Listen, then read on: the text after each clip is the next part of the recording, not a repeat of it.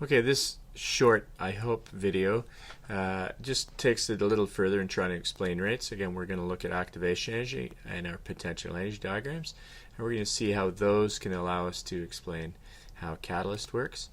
And we're going to look at another type of diagram. It's called a Maxwell-Boltzmann distribution, and these distributions can allow us to explain both catalysts and temperature changes and their effect on rates. So we can get started on these right away.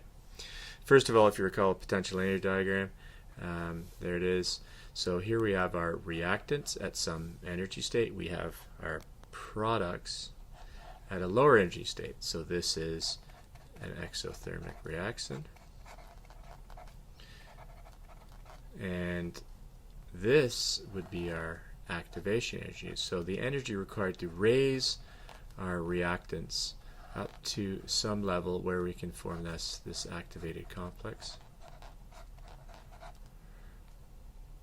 And it's that activated complex that essentially allows the reaction to proceed and get our products. And here, then, we're going to have a delta H value. And that delta H is negative, and that's why that's an exothermic process. So remember potential energy diagram and what it so what we can look at now is a potential energy diagram and how we can illustrate what a catalyst does. If you remember, by definition, a catalyst lowers the energy required for a reaction to proceed. And so how does it do that? Well, essentially, it just provides a new pathway, and that new pathway has a lower energy. And this often occurs in a series of steps.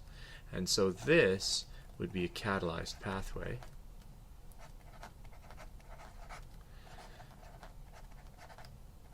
And if it's a series of steps, what you might have is one activated complex, again, not very stable, but energetically lower than the original activated complex up here.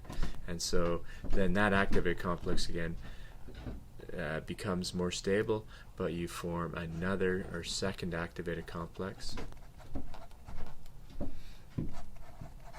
and it then proceeds to form your desired product. It's not uncommon for catalyzed reactions to occur in a series of steps. The main thing is, here is our activation energy in our original reactions, about like that. So that's a very high activation energy. Whereas in our catalyzed reaction, the activation energy is lower. So lower activation energy lowers the energy required. So that's how a catalyzed reaction works. And you can show that to some degree with a potential energy diagram. Now the other diagram mentioned was this diagram known as a Boltzmann distribution. And so a couple things to make note of here. Number of entities. This is basically an amount of particles. And so we just have some amount of particles, and then we have energy. And so essentially what it means is at any given point on our curve, say here, there's a column that indicates the number of particles at that energy.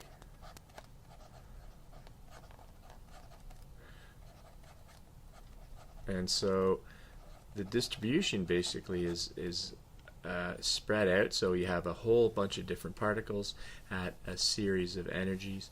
And because it's a potential energy diagram, what we can show here is the activation energy, and it's on this energy scale.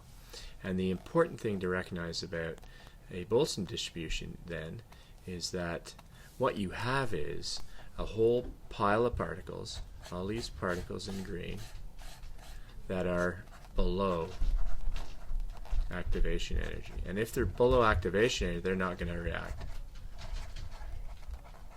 Right? They don't have enough energy. So they're just buzzing around, and they could be colliding with appropriate orientation, but they're not going to react because they're below activation energy. And above activation energy, you have particles that have the potential to react, so could react if orientation is sufficient, if if they collide appropriately because they do have sufficient energy. So there's always some component of a given reaction where they may actually, products may be formed, because there's always molecular motion, and some of those particles will be at or above activation energy. So anyways, that's a Boltzmann distribution. Notice that the predominant, most of the particles are in the green part of the curve, below activation energy. And again, that should make sense because reactions do require some input of energy before they proceed. So how can we use this distribution to explain things? Okay, so what can we do with this Boltzmann distribution? Well, one thing we can explain is the temperature effect. So we want to see a temperature effect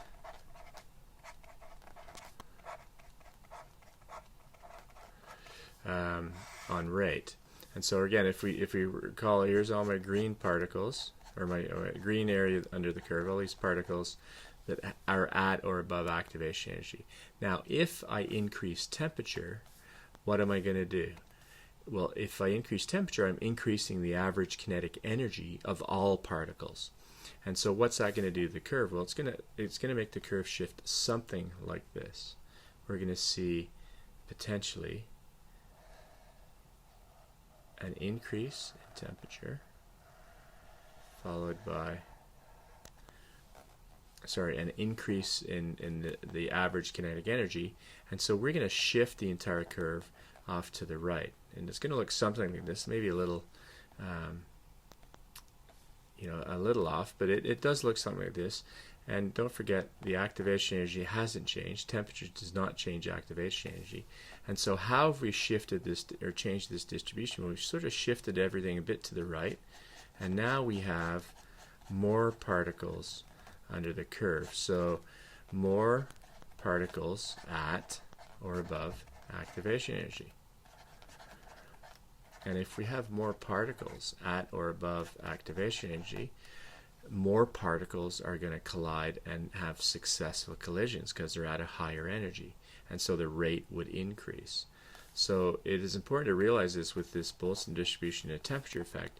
Temperature increases the activation energy of all particles. It causes the curve to shift a bit to the right, and you end up having more particles at or above activation energy. The other thing you want to try to indicate here, and I haven't done a great job with this one, but you do want to indicate that you want to try to indicate that both of these curves have the same volume, because we haven't changed the amount. The amount of particles has not changed. That would in itself have an effect on rate, and we're only looking at a temperature effect. So both these curves should have the same volume under the curve. It's just that a greater number of particles at the higher temperature are higher up the curve. They're closer to activation energy and more above activation energy. So that's something important to realize or remember. And I'll just label this one as T2. This is T1, and don't forget T2 is greater than T1. So Boltzmann distribution drawn this way, it does allow you to explain a rate effect, how an increase in temperature causes an increase in rate of reaction.